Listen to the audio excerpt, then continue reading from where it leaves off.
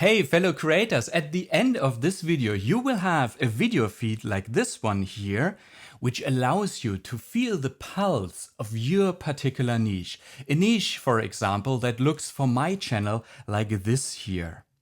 Well, this video has actually two purposes. The first one is I want to teach you a DIY method how you can clearly show what is your niche, what are the channels in your niche, and this way you can stay on top of everything that is happening in your niche. In particular, also detect trends early, and you might react or just as inspiration for great video ideas that really work well in your particular niche. And secondly, the second purpose is that I am thinking about the next generation of YouTube tools, and I want to tackle those questions that usually are very nebulous. And depending on your feedback in the comments, I will then create such a tool. Particularly if you are one of my early access users, well, you will be the ones who are the first to test it out in the future. All right, let's get started. I built a prototype that gives me related channels. So I typed in my own channel here and I have these related channels here as a starting point. Those channels here are, most of them, part of my own niche. Of course, you don't have access to this prototype. So what you can do instead, when you do it yourself, you go to the analytics in YouTube Studio, audience, and here is a report, other channels your audience watches. And here you see similar channels that I showed you in my prototype as well.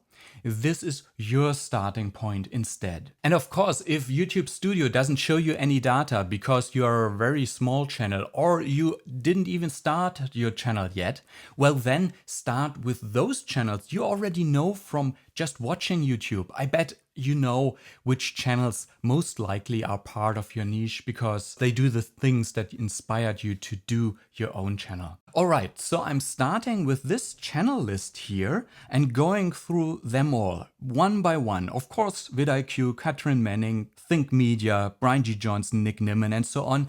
It's clearly those channels are part of my niche. So I certainly add them to my list.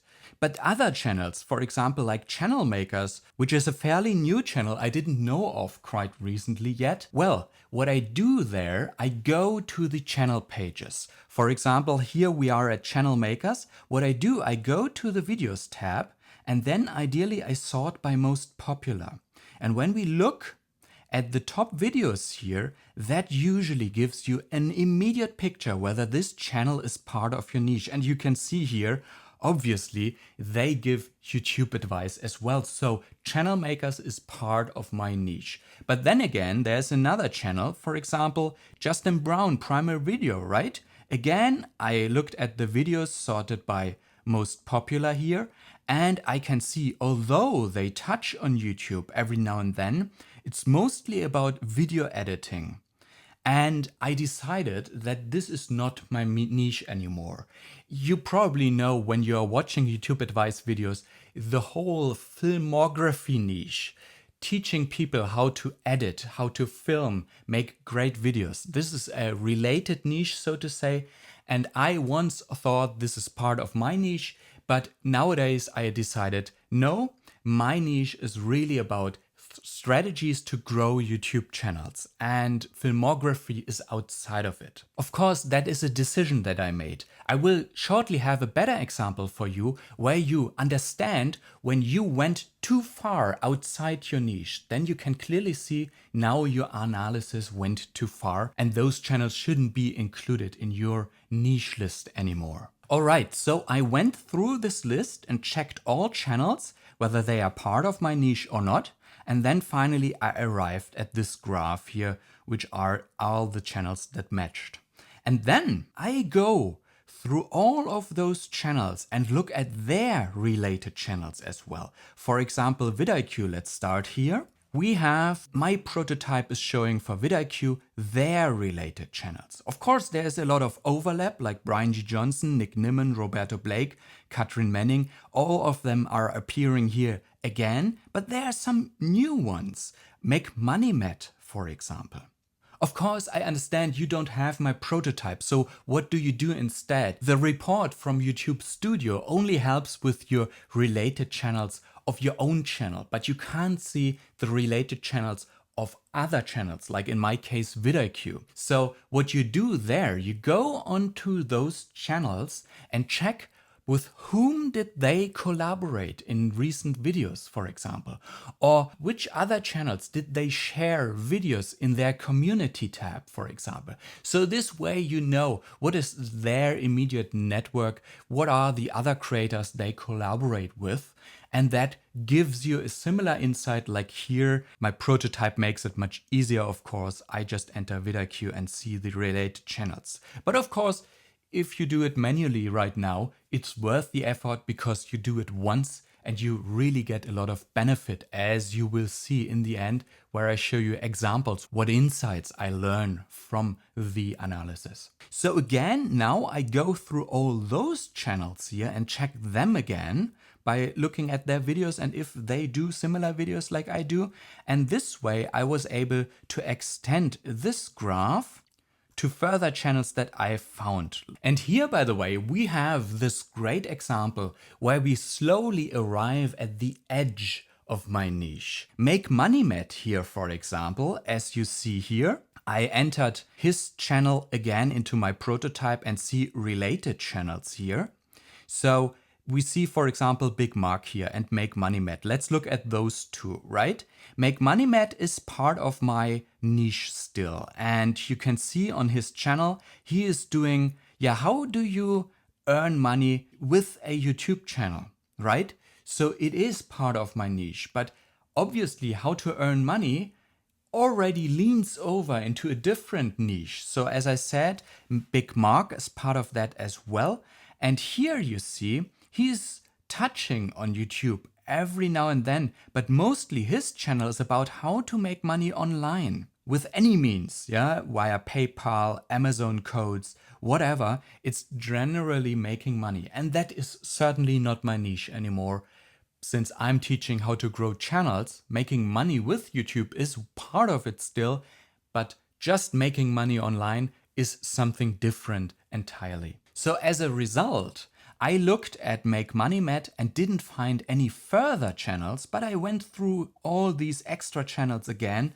And for Grow Your Gaming channel, I did find a related channel. So you see here, I entered Grow Your Gaming channel again and see all those related channels, which of course include gaming channels directly.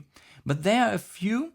Scheme, this is all about learning to live stream. That is again not my niche anymore. Gamers need a lot of information how to do proper live streams, but this is beyond channel growth strategies like I have in my core. But then again, I found Muaz here, who is also a channel that teaches how to grow your gaming channel like this one. So I added him to my graph here as well. You get the idea, right? You find these related channels and then you look at those channels, look at with whom they collaborate, and this way you find more related channels and go forward until you reach a point where you realize you're not within your niche anymore and you stop your analysis at this point. So I did this here, right? vidIQ, then I found related channel furthermore, and I went through these channels again as well, extended here further related channels, and finally arrived at this whole graph here, which are all the channels that are really within my YouTube advice niche. And then the final step is I went to YouTube, logged in with an account that I don't use for anything extra, just for this purpose here. And then I subscribe to all these channels that we analyzed. All these channels here are now in the subscriptions feed of this account. And this is basically the subscriptions feed, right? So now I can start working with the insights. I have the subscriptions feed and can look through them. And you see, for example, unlimited videos ideas from any. And also there was another one here, find video ideas quickly, right? And when we go through this list more and more, then we see like this is a common topic. We should cover this. And this is actually what this video here right now is all about. This feed gives you video ideas. I also understand, for example, that shorts is a hot topic right now. And it's probably a good idea to do more videos about how to grow with YouTube Shorts, right? But also, as I mentioned in the beginning, it's not only understanding which video topics work well in your niche, but also to detect trends in a sense. Not those huge trends that are YouTube-wide, so to say. There you use different strategies, but there are bigger trends that happen within your niche only. I mean, right now we don't have any YouTube drama going on, but you can see in this feed, when we scroll down further, there was one thing going on with the Spiffing Brit. And he published a video about how the algorithm has a glitch. Here you see the video from Annie, and here you see the video from Matt. So these videos show me when I had a closer look. Yeah, I monitor this subscription feed on a daily basis or maybe a weekly basis to stay up to date, so to say. Well, it showed me, well, there is this, let's say, small drama going on. There should be a glitch in the YouTube algorithm, and both Annie and Matt reacted to that. So that would be a good idea for me to do a reaction maybe as well, if I was up to it. So this gives me an incredibly clear view of what is happening in my niche, giving videos ideas for all eternity basically. And by the way, if you're wondering how you could define your niche in the first place when you have no idea in which niche you want to go, well, here's Ryan G commenting on just that. And if your feedback in the comments was promising for me, well then in the future you will see a tutorial of that future tool that I consider creating. Cheers, my friends!